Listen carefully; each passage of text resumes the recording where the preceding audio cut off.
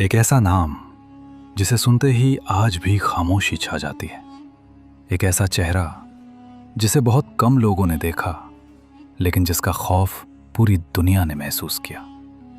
मुंबई की तंग गलियों से निकलकर इंटरनेशनल माफिया बनने तक का सफर। यह कहानी है दाऊद इब्राहिम की। साल 1955। मुंबई का डोंगरी इलाका, संकीर्ण गलियां, छोटे छोटे घर, और उन्हीं में से एक घर में जन्म हुआ एक ऐसे बच्चे का जिसे शायद खुद भी नहीं पता था कि वो आगे चलकर दुनिया के सबसे खतरनाक अपराधियों में गिना जाएगा। उसका नाम था दाऊद इब्राहिम। पिता पुलिस में कांस्टेबल थे, यानी घर में कानून था, लेकिन बाहर की दुनिया में अपराध। बचपन में दाऊद कोई बहुत अलग नहीं था, लेकिन उसके अंदर एक बेचैनी थी, जल्दी बड़ा बनने की, जल्दी पैसे कमाने की, और शायद जल्दी ताकत हासिल करने की। स्कूल की पढ़ाई ज्यादा लंबी नहीं चली और धीरे धीरे उसका झुकाव उन लोगों की तरफ होने लगा जो कानून के खिलाफ जाकर भी आराम से जी रहे थे। मुंबई उस समय बदल रही थी। स्मगलिंग, ब्लैक मार्केट और अंडरवर्ल्ड का दौर शुरू हो चुका था, और इसी दुनिया में दाऊद ने अपने पहले कदम रखे। शुरुआत छोटी थी, चोरी, लूटपाट, छोटी मोटी गैंग्स के साथ काम। लेकिन दाऊद बाकी लोगों से अलग था। उसमें सिर्फ अपराध करने की नहीं, बल्कि उसे कंट्रोल करने की भूख थी। धीरे धीरे उसने बड़े गैंग्स के साथ काम करना शुरू किया। उस समय मुंबई अंडरवर्ल्ड में दो बड़े नाम छाए हुए थे, हाजी मस्तान और करीम लाला। ये वो लोग थे जिनके सामने कोई खड़ा नहीं होता था। लेकिन दाऊद सिर्फ खड़ा ही नहीं हुआ, उसने अपना अलग रास्ता बनाने की ठान ली। कहते हैं कि असली मोड़ तब आया जब उसके भाई की हत्या हुई। उस घटना ने दाऊद को अंदर से बदल दिया। अब वो सिर्फ पैसा नहीं चाहता था, वो चाहता था बदला और पूरी ताकत। यहीं से शुरू हुआ एक नए डॉन का जन्म। दाऊद ने अपना खुद का गैंग बनाया, डी कंपनी। शुरुआत में लोग उसे हल्के में लेते थे, लेकिन धीरे धीरे उसका नेटवर्क फैलने लगा। स्मगलिंग, ड्रग्स, हवाला, एक्सटॉर्शन, हर गैर कानूनी धंधे में डी कंपनी का नाम आने लगा।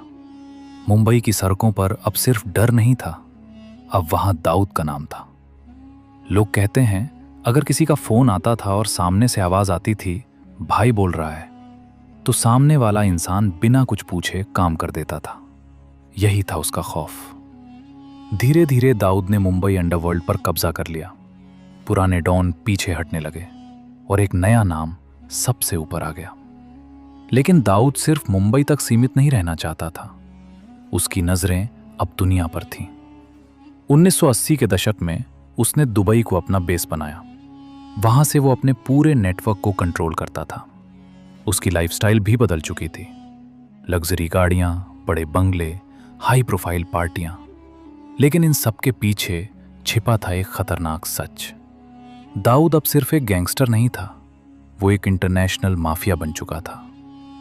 लेकिन कहानी का सबसे डरावना हिस्सा अभी बाकी था। साल 1993। मुंबई हमेशा की तरह भागती हुई, लोग अपने काम में व्यस्त, और अचानक धड़ाम, एक जोरदार धमाका, फिर दूसरा, फिर तीसरा। कुछ ही मिनटों में पूरा शहर दहशत में डूब गया। ये था 1993 का मुंबई ब्लास्ट, एक ऐसा हमला जिसने पूरे देश को हिलाकर रख दिया। 250 से ज्यादा लोग मारे गए, सैकड़ों घायल, और हर तरफ सिर्फ खून और चीखें। जांच शुरू हुई और धीरे धीरे एक नाम सामने आने लगा, दाऊद इब्राहिम। भारत की एजेंसियों ने उसे इस हमले का मास्टरमाइंड बताया। इसके बाद दाऊद सिर्फ एक अपराधी नहीं रहा, वो देश का सबसे बड़ा दुश्मन बन गया। लेकिन वो भारत में नहीं था। ब्लास्ट के बाद दाऊद फरार हो चुका था, पहले दुबई और फिर कथित तौर पर पाकिस्तान। भारत ने उसे पकड़ने की हर कोशिश की, लेकिन हर बार वो एक कदम आगे निकला।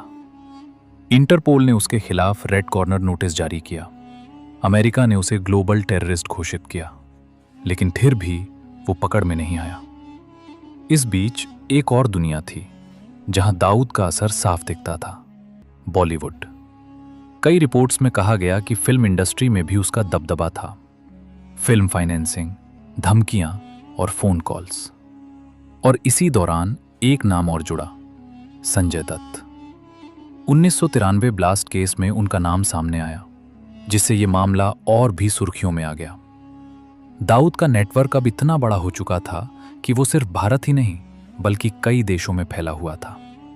ड्रग्स से लेकर क्रिकेट मैच फिक्सिंग तक हर जगह उसका नाम जुड़ने लगा। लेकिन सबसे बड़ा सवाल हमेशा वही रहा, वो है कहां? भारत कहता है वो पाकिस्तान में है, पाकिस्तान कहता है वो वहां नहीं है। सालों बीत गए, सरकारें बदली, लेकिन दाऊद नहीं मिला। कभी खबर आती है वो बीमार है, कभी कहा जाता है वो मर चुका है, और कभी वो आज भी जिंदा है और सब कुछ कंट्रोल कर रहा है। सच क्या है, ये आज भी एक रहस्य है। एक ऐसा आदमी जिसने गरीबी से शुरुआत की और डर को अपनी सबसे बड़ी ताकत बना लिया, जिसने कानून से बचकर एक ऐसा साम्राज्य खड़ा किया जिसे आज भी खत्म नहीं किया जा सका। लेकिन हर कहानी का एक अंत होता है, और दाऊद की कहानी अभी अधूरी है, क्योंकि सवाल अभी भी वही है, क्या दुनिया का सबसे बड़ा माफिया कभी कानून के सामने आएगा, या फिर दाऊद इब्राहिम हमेशा के लिए एक रहस्य बनकर रह जाएगा?